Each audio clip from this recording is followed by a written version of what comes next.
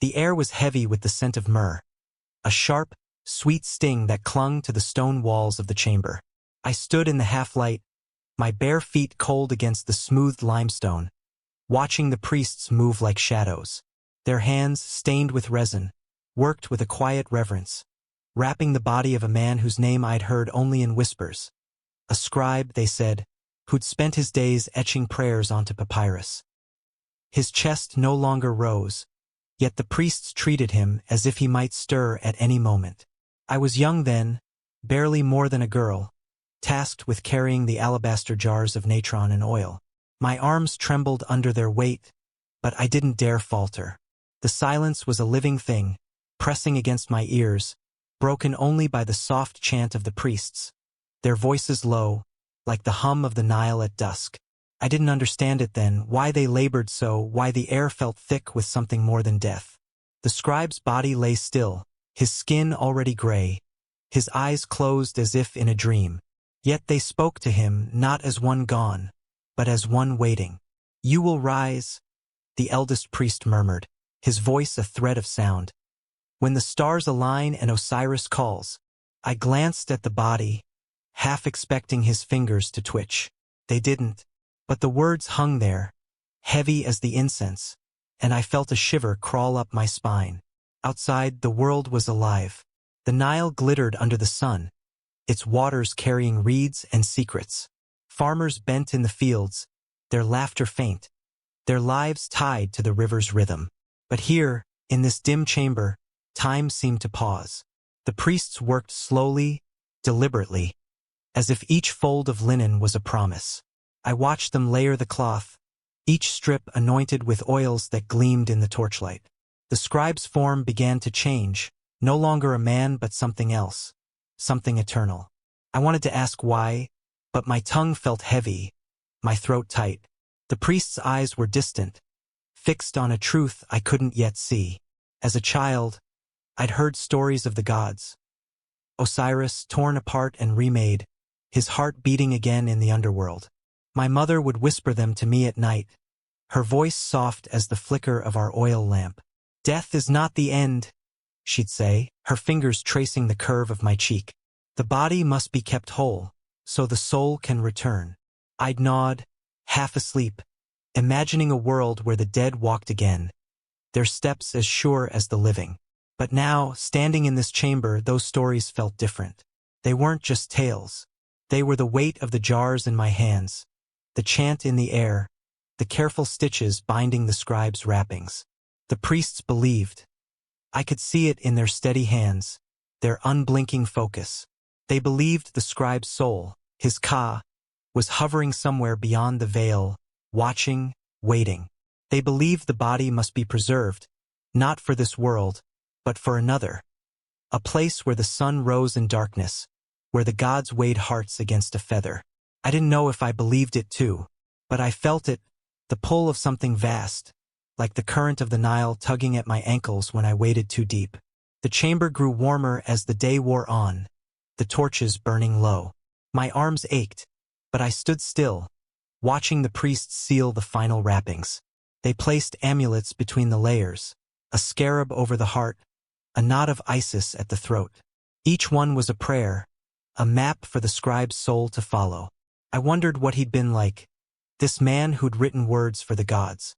Had he laughed? Had he loved? Had he feared this moment, knowing his body would lie here, bound and waiting? The eldest priest turned to me, his eyes sharp despite his age. "Child," he said, his voice a low rumble, "bring the natron." I stepped forward, my heart pounding, and handed him the jar. He poured the salt over the body, a dry cascade that hissed against the linen. It was meant to dry the flesh, to keep it from decay.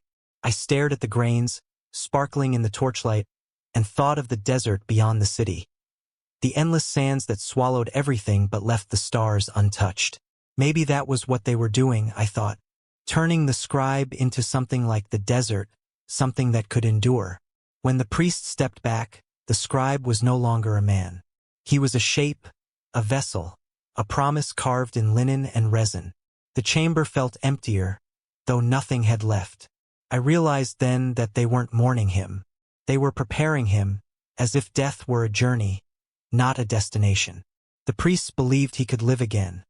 Not here, not now, but somewhere beyond the horizon, where the gods waited. And I, standing there with my trembling hands and racing heart, began to wonder if they were right. The torches flickered, casting shadows that danced like spirits on the walls. I took a breath, tasting the myrrh and salt in the air. The world outside felt far away, a dream I could barely recall. Here, in this moment, there was only the scribe, the priests, and the quiet hum of a belief so strong it felt like truth. Are you still here with me? Can you feel it, the weight of the air, the pulse of something ancient? And perhaps that's why the wrappings were so tight, to hold the soul close until it was time. The chamber door creaked as we stepped into the night, the air outside sharp and cool, a contrast to the heavy warmth we'd left behind. My sandals sank into the sand, still warm from the day's sun, and I clutched the empty alabaster jar against my chest, its smoothness a comfort against my racing thoughts. The priests walked ahead, their white robes catching the moonlight, their steps silent as if they carried the weight of the scribe's soul with them. I followed, my breath shallow, my eyes darting to the stars above, countless, unblinking, like the eyes of the gods watching our procession. The Nile was close, its waters a soft murmur in the distance, a reminder of life beyond the stone walls we'd just left. We were heading to the necropolis, a place I'd only seen from afar, its tombs rising like silent sentinels against the desert's edge. The scribe's body would rest there soon, but not yet. The priests had spoken of days, weeks, even of preparation still to come. The body needed time, they said, to become what it must. A vessel strong enough to hold the Ka, the spirit that lingered, waiting to return. I didn't fully understand, but I felt the truth of it in the way the night seemed to hold its breath, in the way the priest's chants had woven a thread between this world and another. The path wound through date palms, their fronds whispering in the faint breeze. I thought of the scribe's hands, the ones that had once held a reed pen, now bound tightly beneath layers of linen. What had he written in his final days? Prayers, perhaps, or letters to someone he loved. I imagined him sitting by the Nile, his fingers stained with ink, his eyes tracing the river's curve as he pondered the gods. Had he known this would come, the oils, the salt, the amulets? Had he believed, as the priests did, that his body could one day rise again? The eldest priest paused, turning to face the group. His face was lined, his eyes deep pools of shadow in the moonlight. The Ka is fragile now, he said, his voice low, almost swallowed by the night. It clings to the body, but it longs for the stars. We must guard it, guide it, until the tomb is ready. I shivered, though the air wasn't cold. The Ka, I'd heard the word before, whispered by my mother, sung in temple hymns. It was the spark of life, the piece of you that danced with the gods. But now, hearing it spoken here, it felt heavier, like a secret I wasn't meant to carry. We reached a small shrine, a simple structure of mud brick and stone, its entrance framed by carvings of Anubis, his jackal head gleaming under the stars. The priests knelt, offering bread and wine to the god of the dead. I stood back, my jar still in my arms, watching the smoke from their incense curl upward, a thin thread connecting earth to sky.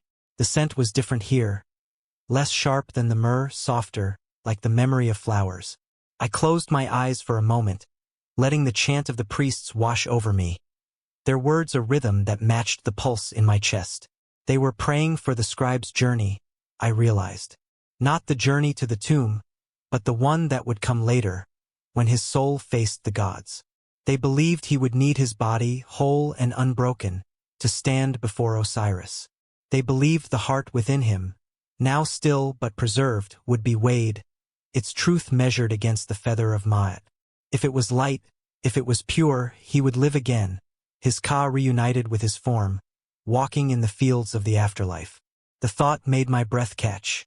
What would it be like, to wake in a body you'd left behind? To feel the sun again, not on this earth, but in a place where the Nile flowed with light? The priests rose, their prayers complete, and we continued toward the necropolis. The path grew steeper, the sand giving way to rock, and I felt the weight of the night pressing closer. The stars seemed brighter now, their light a guide for the scribe's soul, perhaps, or for us, the living, who carried his hope. I wondered about my own Ka, where it went when I dreamed, if it would one day need a body as carefully prepared as his. The thought was too big, too vast, and I pushed it away, focusing instead on the sound of my sandals against the stone, the faint rustle of the priest's robes ahead. We stopped at the edge of the necropolis, where the tombs stood in rows, their entrances sealed with stone. The scribe's tomb was not yet finished, the priests had said. It would be carved deep into the rock, its walls painted with spells to guide him, its chambers filled with offerings, bread, wine, figurines to serve him in the next world. I tried to imagine it, the scribe lying there, surrounded by the things he'd loved in life. Would he know? Would he feel the care we'd taken, the hours spent rapping, praying, chanting? The eldest priest turned to me again, his eyes softer now, almost kind. "You've done well, child," he said. "The gods see your hands, your heart." I nodded, my throat tight, unsure if I'd earned his words. I hadn't done much, just carried jars, stood silent, watched. But his gaze held mine, and I felt something shift inside me, a quiet understanding that I was part of this, part of the scribe's journey, part of the belief that bound us all. The night was deep now, the stars a blanket above us. The priests began to chant again, their voices a soft hum that seemed to rise and fall with the Nile itself. I stood there, my jar empty, my heart full, and let the sound carry me. The scribe was not gone, not truly. He was waiting, his body a bridge between this world and the next, his soul a flame that would burn again. And we, the living, were the ones who kept it alight. Is it getting quieter inside your thoughts? Can you see it? The moonlight on the tombs, the stars that never fade? And perhaps that's why the night felt so alive, because it carried the scribe's soul on its breath. The dawn broke slowly, a thin line of gold spilling over the horizon, touching the tombs with a warmth that felt almost alive. I stood at the edge of the necropolis, my sandals dusted with sand, the empty jar now set aside on a stone. The priests had dispersed, their chants fading into the morning, leaving me alone with the quiet hum of the waking world. The Nile was a mirror in the distance, reflecting the sky's blush, its waters lapping gently as if whispering secrets to the reeds. I should have returned home. My mother would be waiting, her hands busy with bread, her eyes searching for me. But my feet stayed rooted, my gaze fixed on the unfinished tomb where the scribe would one day rest. The air was cooler now, carrying the faint scent of dew and earth, a reminder of the fields beyond the city where life pulsed in endless cycles. I thought of the scribe again, his body lying in the chamber we'd left behind, wrapped and waiting. The priests had said it would take 70 days. 70 days of drying, anointing, praying, before he could be brought here. 70 days to ensure his body would endure, not just for a season, but for eternity. I tried to imagine it, the slow transformation of flesh into something more, something that could hold the Ka when it returned. The thought made my chest tight, not with fear, but with a strange awe, like standing at the edge of the river and feeling its pull. I wandered closer to the tomb, its entrance a dark mouth in the rock, still rough and unpolished. Workers would come soon, their chisels ringing against the stone, carving chambers deep within. I'd seen them before, the men who built these places, their hands calloused, their faces lined with dust. They worked with the same quiet focus as the priests, as if they too believed in the scribe's journey. I stepped inside, just a few paces, where the air was cool and damp, smelling of earth and time. The walls were bare, but I could imagine them painted, scenes of the scribe's life, his hands holding a scroll, his eyes lifted to the gods. There would be spells, 2 words to guide him through the underworld, to protect him from the devourer who waited for heavy hearts. I touched the stone, its surface rough under my fingers, and wondered what it would feel like to lie here, surrounded by such care, such hope. The scribe had been no pharaoh, no god-king whose name echoed through the ages. He was a man like my father, like the farmers by the Nile. Yet his death was treated as a beginning, not an end. I thought of my mother's stories again, the ones she told by the flicker of our lamp. She'd spoken of the field of reeds, a place where the dead walked among rivers of light, where the sun never set. The body must be ready, she'd said, or the ka will wander lost forever. I hadn't understood then, but now, standing in this half-carved tomb, I felt the weight of her words. The sound of footsteps broke my thoughts, and I turned to see a woman approaching, her shawl drawn tight against the morning chill. She was older, her hair streaked with gray, her eyes carrying a quiet sorrow. She stopped beside me, her gaze fixed on the tomb's entrance. "You're one of the helpers," she said, her voice soft, almost lost in the breeze. I nodded, unsure what to say.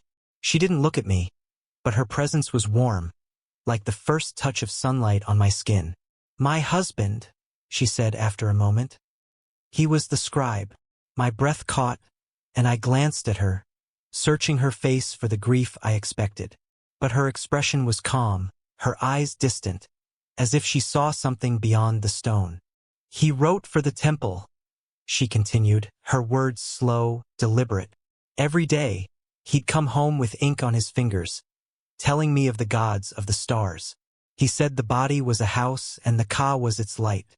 If the house stood strong, the light would return." She paused, her lips curving into a faint smile. "He believed it, so I believe it too." I didn't know what to say, so I stayed silent, letting her words settle around me like dust.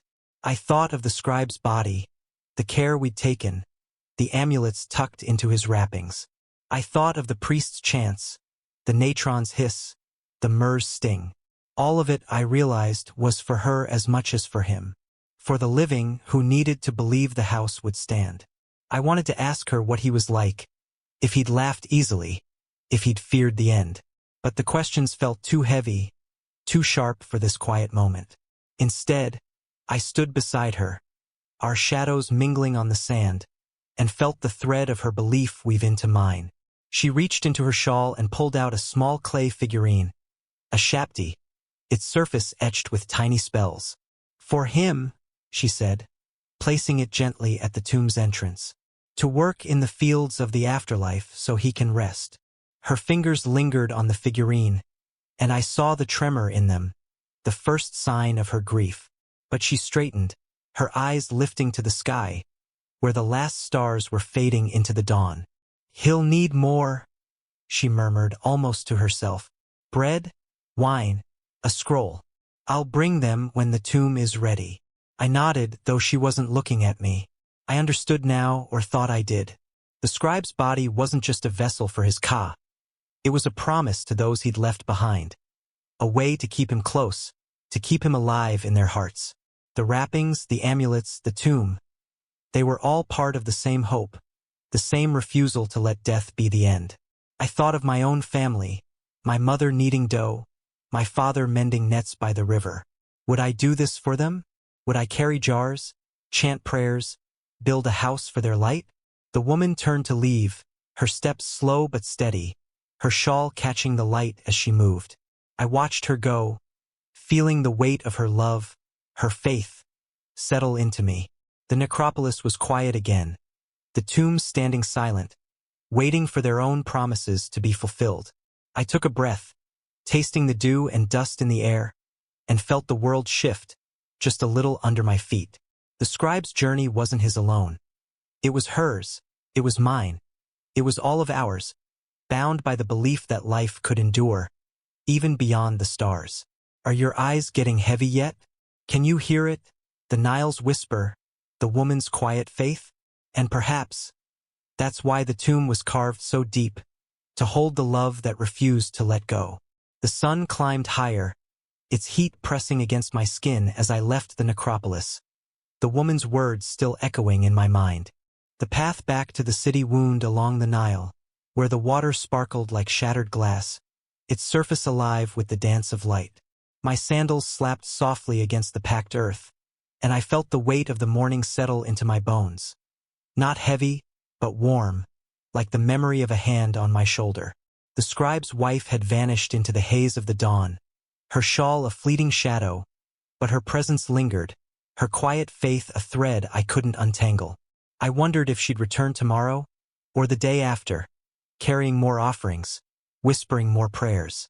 I wondered if her belief would ever waver, or if it was as enduring as the stone we carved for her husband.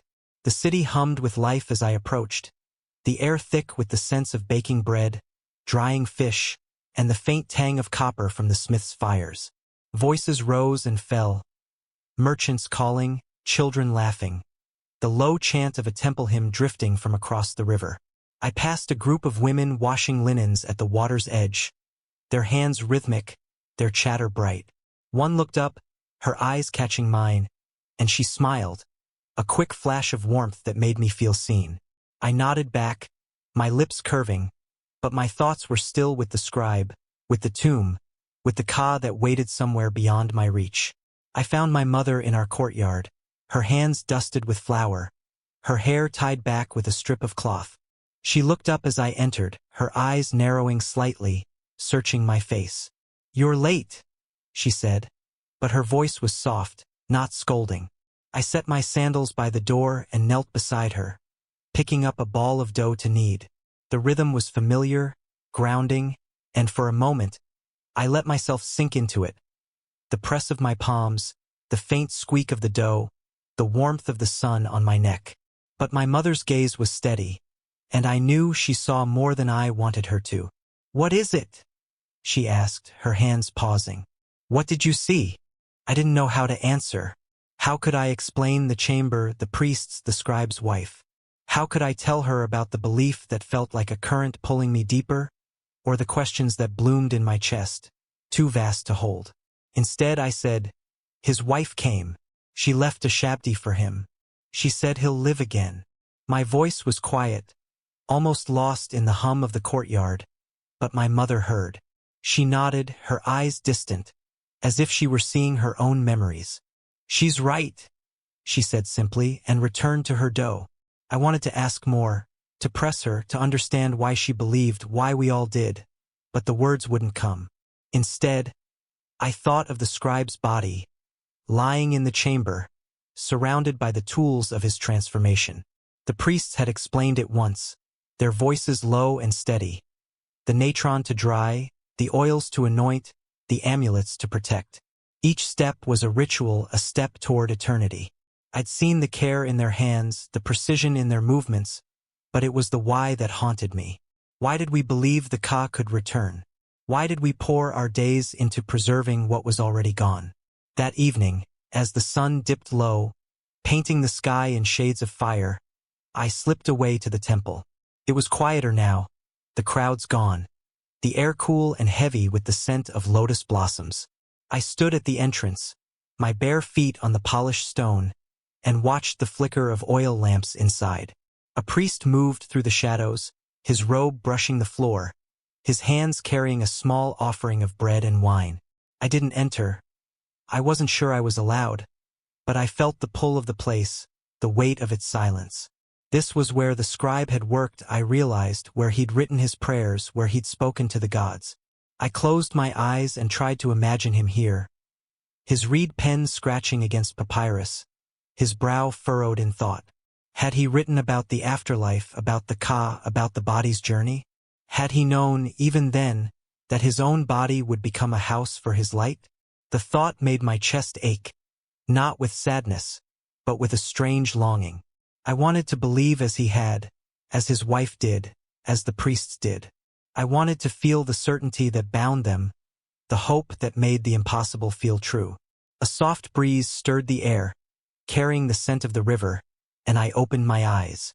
The priest was gone, the temple empty, but the lamps still burned, their flames steady despite the night.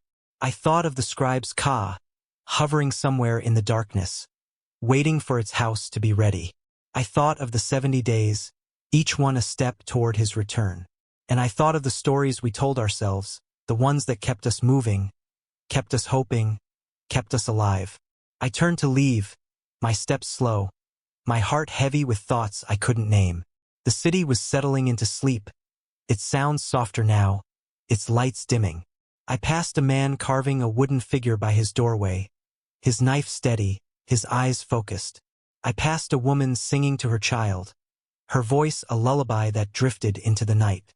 And I felt it, the pulse of belief that ran through us all. Not just in the temples, not just in the tombs, but in the small, quiet moments of our lives. We believed because we had to, because the alternative was too heavy to bear. When I reached home, my mother was waiting, a lamp burning low beside her. She didn't speak, but she gestured for me to sit, and I did, curling up against her warmth.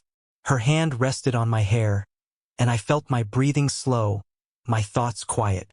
The scribe was out there, in the chamber, in the tomb, in the stars. His wife was out there, carrying her shabdi, her love, her hope. And I was here, caught between them, wondering if I could carry that hope too. Maybe your breathing slows now like theirs once did. Can you feel it, the temple's silence, the river's song?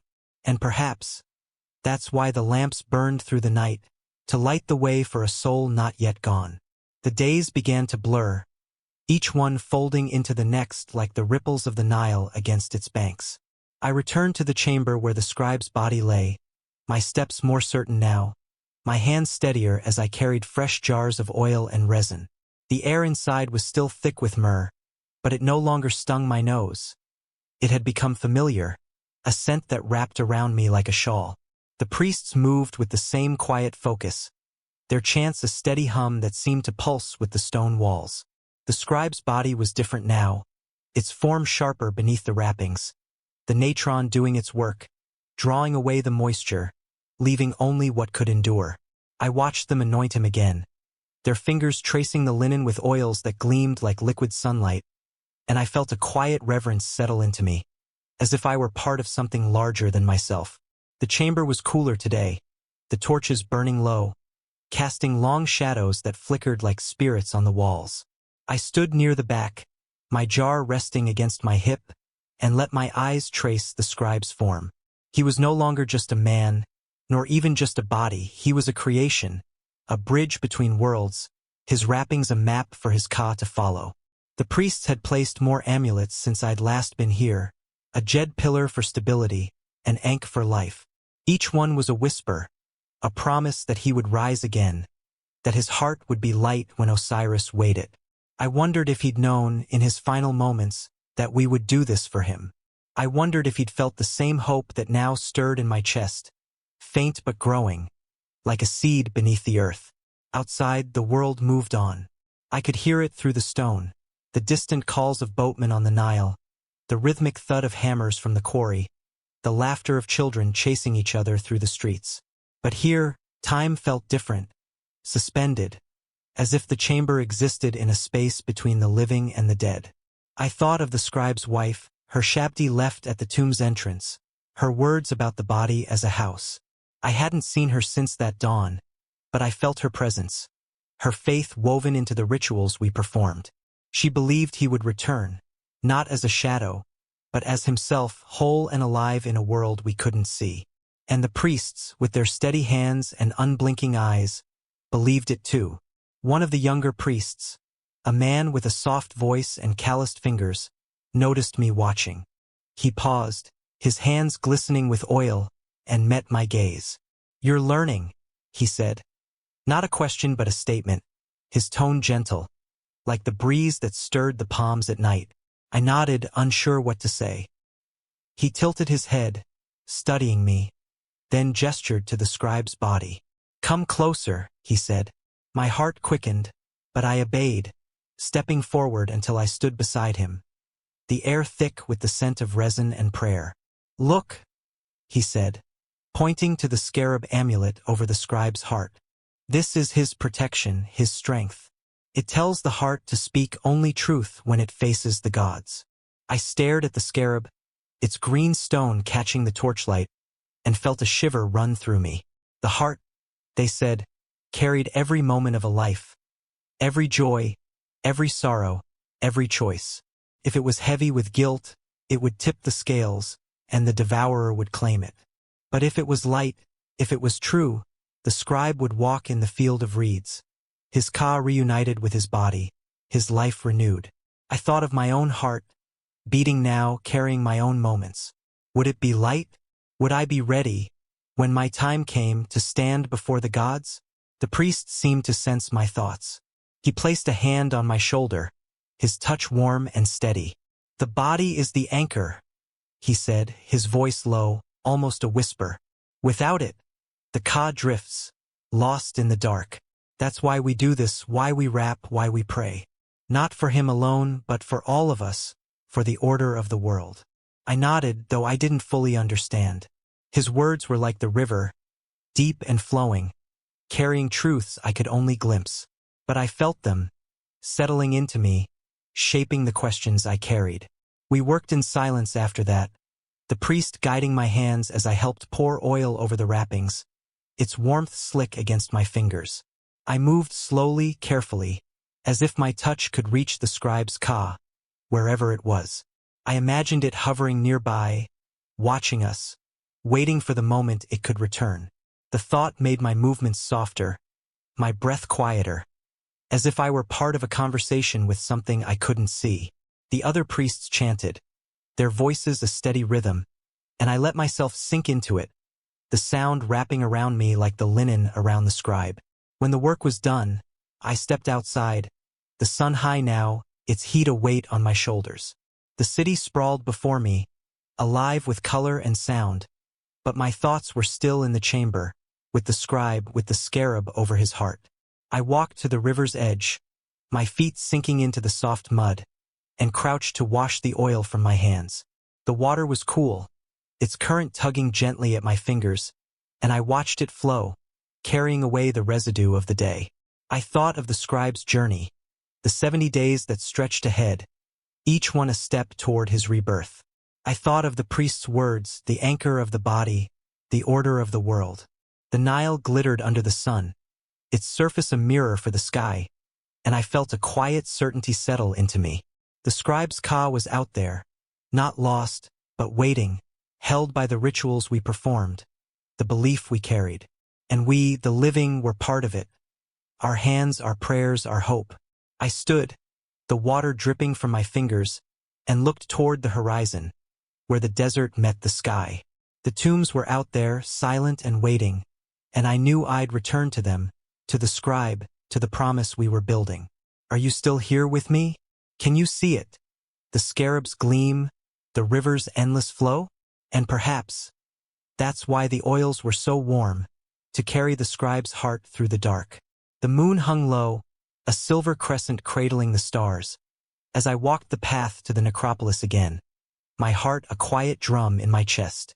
The night was cool, the air sharp with the scent of desert dust and distant water, and my sandals whispered against the sand, each step a thread tying me to the scribe's journey.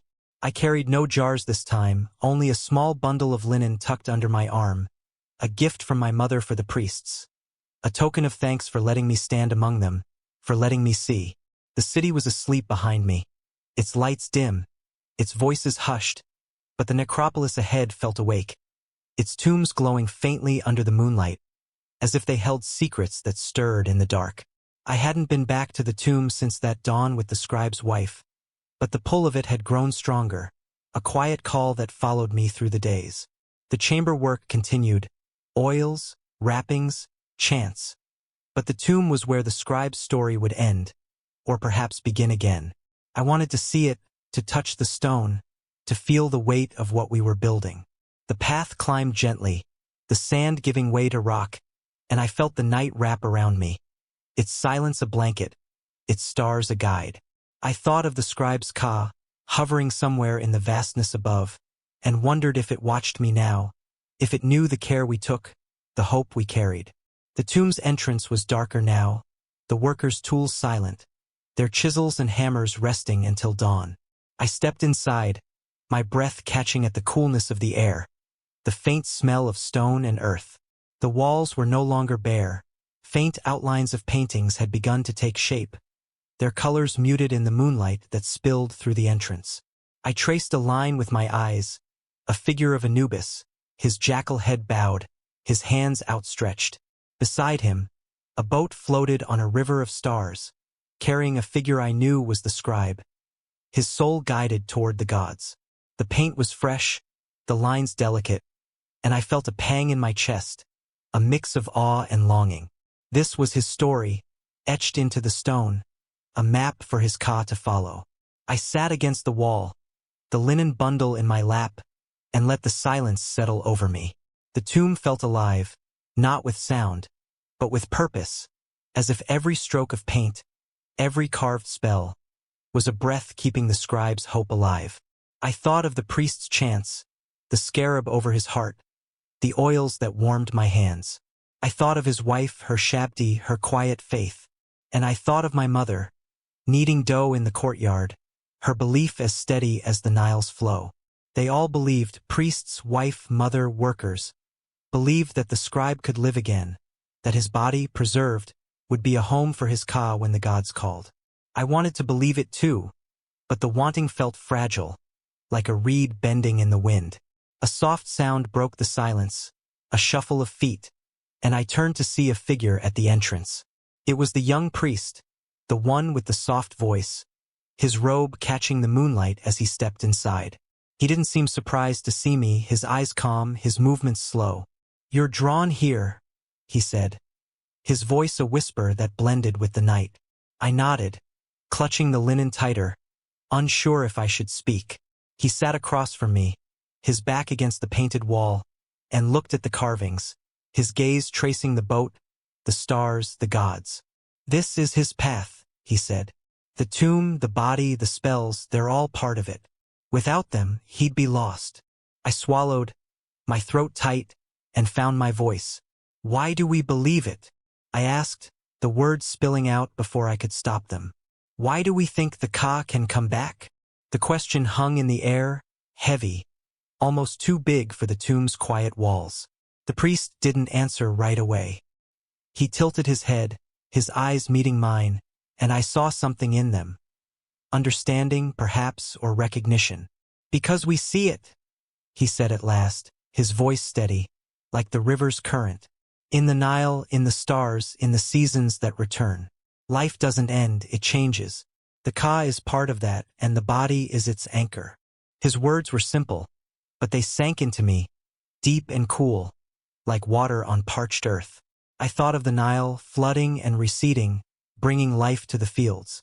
I thought of the stars, turning in their endless dance, always returning to the same sky. I thought of the scribe's body, wrapped and waiting, a seed planted for a harvest we couldn't see. The priest was right. Life didn't end. It flowed, it shifted, it endured. And the scribe's Ka, his light, was part of that flow, held by the rituals we performed, the tombs we built, the stories we told. We sat in silence after that, the moonlight pooling around us, the paintings watching from the walls. I felt the linen in my lap, its weight a reminder of my mother, of the world outside this tomb. I wanted to give it to the priest, to thank him, but the moment felt too still, too sacred to break. Instead, I let my eyes drift to the carvings, to the boat that carried the scribe's soul. I imagined him there, his Ka weightless, his heart light, sailing toward a world where the sun never set. And for the first time I felt it, not just the wanting but the belief, faint but real, like the first star in the evening sky. The priest stood, his robe rustling softly, and offered me a hand. I took it, rising to my feet, the linen still in my arms. "Come back tomorrow," he said, his voice warm, almost a smile. "The tomb needs you." I nodded, my heart full, and followed him out into the night. The stars were brighter now, their light a promise, and the air felt lighter, as if the tomb had shared its secret with me. I walked home, the path familiar under my feet, and felt the scribe's story woven into mine, a thread of hope that stretched beyond the horizon. Would you like to rest deeper in the next part? Can you feel it? The moonlight on the stone, the quiet pulse of belief? And perhaps that's why the paintings glowed so soft, to guide the scribe through a night that never ends. The air was thick with the scent of dust and paint as I stepped into the tomb again. Days later, the sun high and relentless outside. My hands were empty this time, the linen bundle delivered to the priests, but my heart carried a weight I couldn't name. a quiet blend of wonder and duty, like the pull of the Nile's current beneath a boat.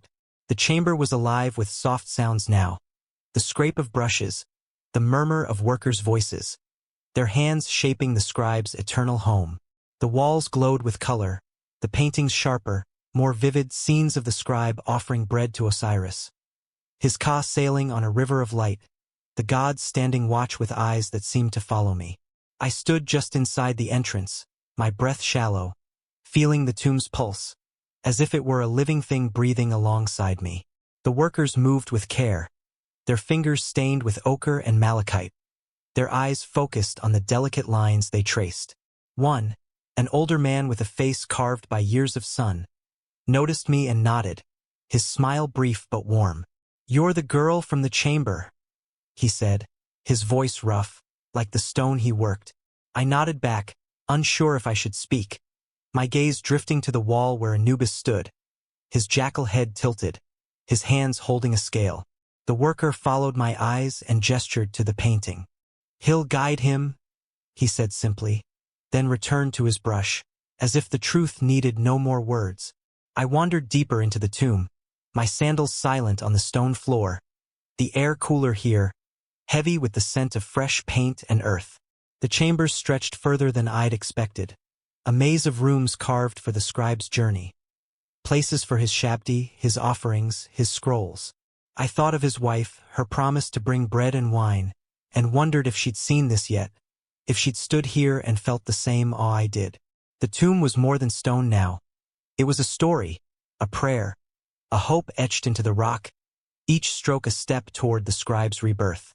I touched a wall, my fingers grazing a painted reed, and felt a shiver, as if the stone held the scribe's ka, waiting, watching. A soft chant drifted from deeper within, and I followed it, my steps slow, the air growing darker, the light from the entrance fading. In a smaller chamber, I found the young priest, his hands folded, his voice a low hum as he recited spells from a papyrus scroll. He looked up as I entered, his eyes calm, and gestured for me to sit. I did, my back against the cool stone, the chant wrapping around me like a lullaby. The words were ancient, their meaning half lost to me, but they spoke of journeys, of stars, of hearts weighed against truth. I closed my eyes, letting the sound carry me, and saw the scribe in my mind. His ka weightless, his body whole, stepping into a field where the Nile flowed with light. The priest paused, his voice falling silent, and I opened my eyes to find him watching me. "You feel it," he said, not a question, his tone soft as the moonlight we'd shared before. I nodded, my throat tight, unsure how to name what stirred in me. It was belief, perhaps, but not the steady faith of the priests or the scribe's wife. It was something softer, more fragile, like the first breath of dawn. "The tomb is nearly ready," he continued, his eyes drifting to the walls, where the paintings seemed to glow, even in the dimness. "Soon, he'll come here, and the spells will guide him. But it's not just the spells. It's us, the living, who keep his ka close." I thought of the workers, their careful brushes, the priest's chants, the shabdi at the entrance. I thought of my own hands, pouring oil, carrying jars, touching the stone. We were all part of it. I realized, not just the rituals but the moments, the quiet conversations, the shared glances, the hope that bound us. The scribe's ka wasn't alone. It was held by the hands that painted, the voices that prayed, the hearts that believed. I wanted to ask the priest more, to understand how he knew, how he carried such certainty. But the question felt too big, too heavy for this small chamber. Instead, I asked, "Will he know? When he's in the field of reeds, will he know we did this?" The priest's lips curved, a rare smile, and he leaned forward, his voice a whisper. "The ka sees everything," he said. "It carries the love, the care, the prayers. He'll know, because you're part of him now, as he's part of you." His words sank into me, warm and deep, and I felt a tear slip down my cheek, though I hadn't realized I was crying. I wiped it away, embarrassed, but the priest only nodded, as if he understood. We sat in silence after that, the paintings watching, the air still. I thought of the scribe's life, his ink-stained fingers, his prayers, his love for his wife. I thought of his death, not an end, but a transformation, a journey we were all shaping. And I thought of my own life, my mother's hands, my father's nets, the city that hummed beyond these walls. We were all connected, the living and the dead, the past and the future, bound by the belief that life endured, that the Ka could return, that the body was a house for light. The priest stood, rolling the scroll carefully, and I followed him out, the tomb's coolness giving way to the warmth of the day. The workers were packing their tools, their voices low, their laughter soft, and I felt a pang of gratitude for them, for their hands, their care. The sun was lower now, its light golden, and the Nile sparkled in the distance, a ribbon of life that tied us all together. I walked home, the tomb's images burned into my mind, the priest's words a quiet song in my heart. The scribe was out there, waiting, and we were here, building his path, believing for him, believing for ourselves. Is it getting quieter inside your thoughts? Can you see it, the painted walls, the Ka's silent journey? And perhaps that's why the tomb was so deep, to hold the dreams of the living as well as the dead. The Nile was a silver thread under the dawn's first light as I walked toward the chamber. My steps quickened by a quiet urgency I couldn't name. The air was cool, carrying the faint scent of reeds and morning mist, and my breath misted before me, a fleeting ghost in the half-dark. The 70 days were nearing their end. Today, the priests had said, the scribe's body would be ready, its transformation complete, a vessel perfected for the Ka's return. I carried a small basket of lotus flowers, their petals soft against my fingers, a gift for the ritual to come. My mother had pressed them into my hands before I left, her eyes steady, her voice a whisper, for his journey. I felt the weight of her words, of the flowers, of the moment, as if the world held its breath for what lay ahead. The chamber was quieter than I'd ever known it, the torches burning low, their light soft against the stone. The priests were already there, their robes pristine, their faces calm but solemn, as if they stood at the edge of a great mystery. The scribe's body lay at the center, wrapped in fresh linen, the final layers gleaming with resin that caught the flickering flames. He was a figure of stillness, yet the air around him seemed to hum, alive with the chants that had carried him through the weeks. I set the basket of lotuses near the entrance, my hands trembling, and took my place at the back, my heart a steady drum against my ribs. The eldest priest stepped forward, his voice a low rumble, like the river's deepest current. The house is ready, he said, his words echoing off the walls. The Ka waits, and the gods watch. He lifted a small jar of oil, its scent sharp and warm, and poured it over the scribe's wrappings, the liquid pooling like sunlight on the linen. The other priests joined him, their chants rising, a rhythm that seemed to pull the air tighter, as if the chamber itself were a heart, beating for the scribe. I watched, my breath shallow, my eyes fixed on the body. No longer just a body, but a promise, a bridge to the eternal. They placed the final amulets, their hands steady, their movements precise. A knot of Isis, a feather of Ma'at, a scarab that gleamed like the dawn. Each one was a prayer, a guide for the scribe's Ka, a map to lead him through the underworld to the field of reeds. I thought of the paintings in the tomb, the boat on the river of stars, and imagined the scribe there, his soul weightless, his heart ready to be weighed. Would it be light? Would he pass the god's judgment, his Ka returning to the body we'd prepared? The thought made my chest ache, not with doubt, but with hope, fragile and fierce, like a flame in the wind. The young priest, the one who'd spoken to me in the tomb, caught my eye and gestured for me to come closer. I hesitated, my feet rooted, but his nod was gentle, encouraging, and I stepped forward, the air thick with incense and prayer. He handed me a small vial of oil, its warmth seeping into my palms, and guided my hands to the scribe's wrappings. For his journey, he whispered, his voice blending with the chants. I poured the oil, my movements slow, careful, as if my touch could reach the scribe's Ka, could tell it we were here, we were ready. The oil glistened, a final anointing, and I felt a tear slip down my cheek, though I didn't know why. The chants grew louder, the priests' voices weaving a tapestry of sound that seemed to lift the chamber, to carry it beyond the stone, beyond the desert, to a place where the gods waited. I stepped back, my hands still warm from the oil, and watched as they lifted the scribe's body, now fully prepared, onto a wooden bier. The linen gleamed, the amulets sparkled, and for a moment, I thought I saw a flicker, a shadow, a hint of movement in the air. Was it his Ka, hovering close, drawn by the rituals, the prayers, the love? I blinked, and it was gone, but the feeling lingered, a quiet certainty that he was near, that he knew. The priests began to move, carrying the bier toward the chamber's entrance. Their steps slow, deliberate, a procession that felt like a river flowing toward the sea. I followed, my basket of lotuses forgotten, my eyes fixed on the scribe's form, now a silhouette against the dawn's growing light. We stepped outside, the air sharp and cool, the Nile a mirror for the sky's blush. The necropolis waited in the distance, its tombs silent, their entrances open like mouths ready to receive. The scribe's tomb was ready, its walls painted, its chambers filled with offerings, bread, wine, shabti, scrolls. All the things his wife had promised, all the things his Ka would need. The procession wound along the river, the priest's chants blending with the morning sounds, the lap of water, the cry of a heron, the rustle of reeds. I thought of the scribe's wife, wondering if she was there, waiting at the tomb, her shawl drawn tight, her eyes searching for him.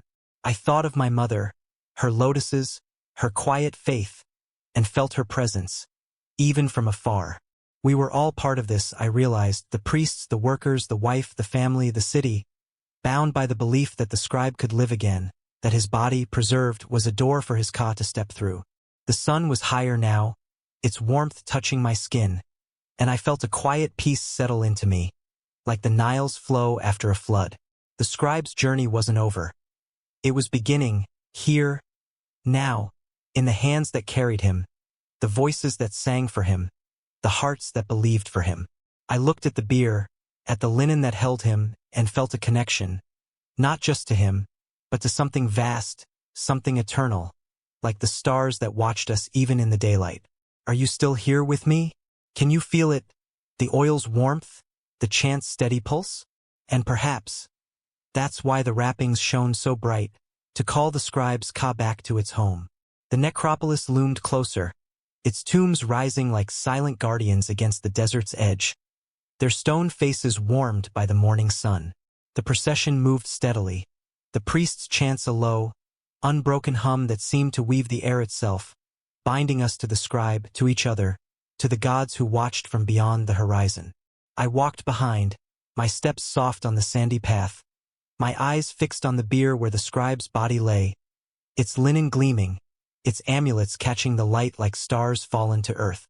The Nile flowed beside us, its waters a quiet song, a mirror for the sky's deepening blue, and I felt its rhythm in my chest, as if my heart beat in time with the river, with the chants, with the scribe's unseen Ka.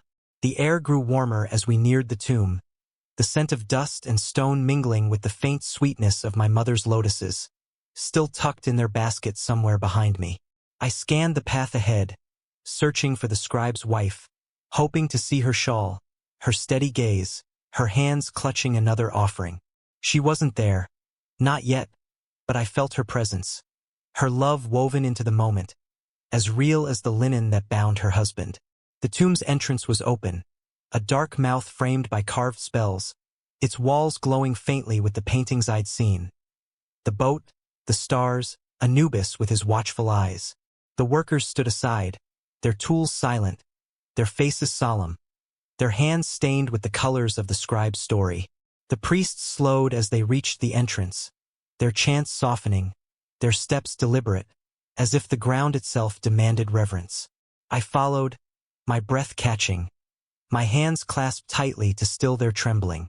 The air inside was cool, heavy with the scent of paint and earth, and the paintings seemed to pulse, their colors brighter in the torchlight that flickered from the priest's hands. They carried the bier deeper, into the heart of the tomb, where a stone sarcophagus waited, its surface etched with spells, its lid heavy with the weight of eternity. I stood at the threshold, my feet rooted, my eyes tracing the path of the scribe's final journey in this world. The eldest priest turned, his eyes finding mine, and he gestured for me to come closer. My heart quickened, but I obeyed, stepping into the chamber, the air thick with the hum of the chants, the scent of resin, the quiet power of the moment. The young priest was there, his face calm, his hands steady as he helped lower the scribe's body into the sarcophagus. I stood beside him, my breath shallow, watching as they arranged the linen, the amulets, the offerings, bread, wine, a scroll, a shabti, each one placed with care, each one a promise for the scribe's ka. The lotuses were there too, their petals soft against the stone. A gift from my mother, from me, for a man I'd never known but felt bound to. The young priest leaned close, his voice a whisper beneath the chants. "This is his home now," he said, his eyes on the scribe's form, now still within the sarcophagus. "The body is ready, the ka is near. The gods will guide him." I nodded, my throat tight, my eyes burning with tears I didn't understand. I thought of the 70 days, the oils, the natron, the prayers. I thought of the paintings, the workers, the wife's shabti. I thought of the scribe's life, his ink-stained fingers, his quiet faith, his love that lingered in the woman who believed for him. All of it, all of us, had led to this moment, this quiet placing of a body in its eternal house. The priest stepped back, their chants rising once more, a final prayer that seemed to lift the chamber, to carry the scribe's ka toward the gods. I saw her then, at the entrance, her shawl drawn tight, her face lined with grief but steady with hope. The scribe's wife. She held a small clay jar, its surface etched with spells, and she stepped forward, her movements slow, deliberate, as if each step was a prayer. She knelt beside the sarcophagus, placing the jar among the offerings, her fingers lingering, her eyes fixed on the linen that held her husband. No one spoke, but the air was heavy with her love, her faith, her refusal to let him go. She looked up, her gaze meeting mine, and I saw it. The belief that had carried her through the days, the weeks, the 70 days of waiting. "He'll live again," she whispered, not to me, not to the priests, but to the scribe, to his ka, to the gods. Her voice was soft, but it cut through the chants, through the silence, through the stone. I nodded, my tears falling now, not for sadness, but for the beauty of her hope, the strength of her heart. She stood, her shawl slipping slightly, and turned to leave, her steps steady, her jar a quiet testament to the life she'd shared with him. The priests began to seal the sarcophagus, the stone lid sliding into place with a low, resonant thud that echoed in my chest. The chants softened, the torches flickered, and I felt the chamber shift, as if the scribe's ka had settled, content, within its new home. I thought of the field of reeds, the river of light, the sun that never set. I thought of the scribe, his heart weighed, his ka returning, his body whole again in a world we couldn't see. And I believed, not with the certainty of the priests, not with the love of the wife, but with a quiet, steady hope that grew in me like the Nile's flood, bringing life to the earth. We stepped outside, the sun high now, its warmth a gentle hand on my skin. The necropolis was quiet, the workers gone, the tomb sealed, its entrance guarded by spells and silence. The Nile sparkled in the distance, its waters endless, its flow a reminder of the cycles that bound us. Life, death, rebirth. I looked back at the tomb, its stone glowing under the sun, and felt the scribe's story settle into me. A part of my own, a thread in the tapestry of our belief. Maybe your breathing slows now like theirs once did. Can you see it, the sarcophagus, the wife's quiet jar? And perhaps that's why the tomb was sealed so tight, to hold the scribe's ka until the stars called it home. The sun dipped low, painting the desert in hues of amber and rose. As I stood outside the sealed tomb, the air cooling around me, the Nile's distant murmur a soft lullaby. The procession had dispersed, the priests returning to their temple, the workers to their homes, their voices fading into the evening's quiet. I lingered, my sandals rooted in the sand, my eyes tracing the tomb's entrance, now closed with a heavy stone, its surface carved with spells that gleamed faintly in the dying light. The scribe was inside, his body at rest, his ka, somewhere perhaps, sailing on the river of stars we'd painted for him. I felt a stillness in my chest, not heavy, but deep, like the silence after a song. And I knew this moment was the end of one journey and the beginning of another. The necropolis was empty now, its tombs standing like sentinels, their shadows long and soft across the sand. I thought of the scribe's wife, her jar, her whispered words, "He'll live again," and wondered where she was. If she sat by the Nile now, her shawl drawn tight, her heart holding his memory. I thought of the priests, their chants, their steady hands, and the young priest's words, that the Ka sees everything, that we were part of the scribe as he was part of us. I thought of my mother, her lotuses, her quiet faith, and the city beyond, its lights flickering to life as the stars began to bloom above. We were all woven together, I realized, in a tapestry of belief that stretched beyond the stone, beyond the desert, beyond the sky. I sat against a rock, the sand still warm beneath me, and let my eyes drift to the horizon, where the last of the sun's light clung to the earth. The air was soft, carrying the scent of dust and distant water, and I felt the weight of the 70 days settle into me, not as a burden, but as a gift, a story I'd helped tell.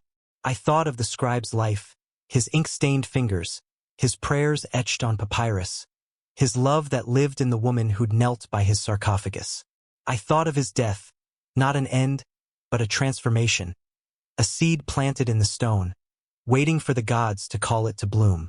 And I thought of his Ka, weightless, perhaps already in the field of reeds, walking where the Nile flowed with light, his heart light, his body whole. The stars were brighter now, their light a quiet promise, and I remembered the young priest's words in the tomb, under the moonlight, about the cycles of life, the Nile's flood, the season's return, the stars' endless dance. Life didn't end, he'd said. It changed, and the Ka was part of that change, anchored by the body we'd preserved, the tomb we'd built, the love we'd poured into every ritual.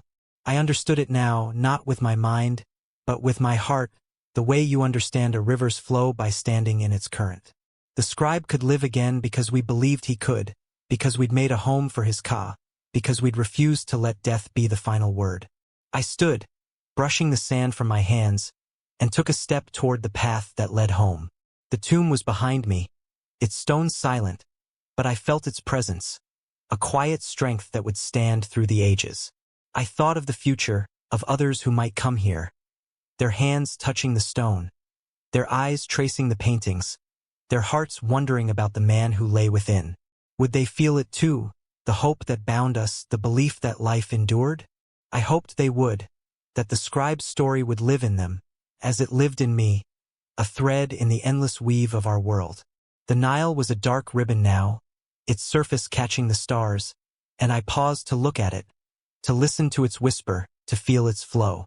I thought of my mother, waiting at home, her lamp burning low, her hands ready to hold me when I returned. I thought of my father, his nets by the river, his quiet laughter, his steady presence. I thought of the city, its people, its temples, its life that pulsed like the Nile itself.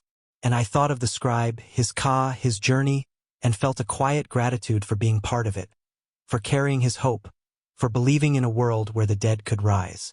I began to walk, my steps slow, the sand soft under my feet, the stars a canopy above. The night was gentle, its silence a comfort, and I felt my thoughts quiet, my heart steady, my breath slow. The scribe was safe, his tomb a house for his light, his Ka guided by the spells, the paintings, the prayers.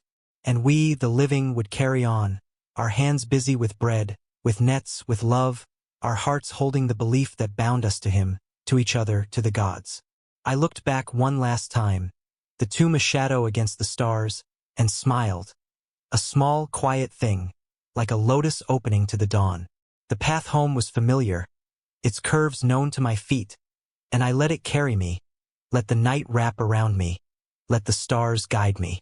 The scribe's story was complete, but mine was still unfolding, and I knew I'd carry him with me. In the oils I'd poured, the stone I'd touched, the hope I'd found. The Nile sang softly, the desert breathed, and I walked on, my heart full, my soul light, believing in a world where life never truly ended, where the Ka could always find its way home. Are your eyes getting heavy yet? Can you see it? The stars above, the tomb's quiet strength? And perhaps that's why the scribe's Ka could live again, because we believed it could, and love made it so.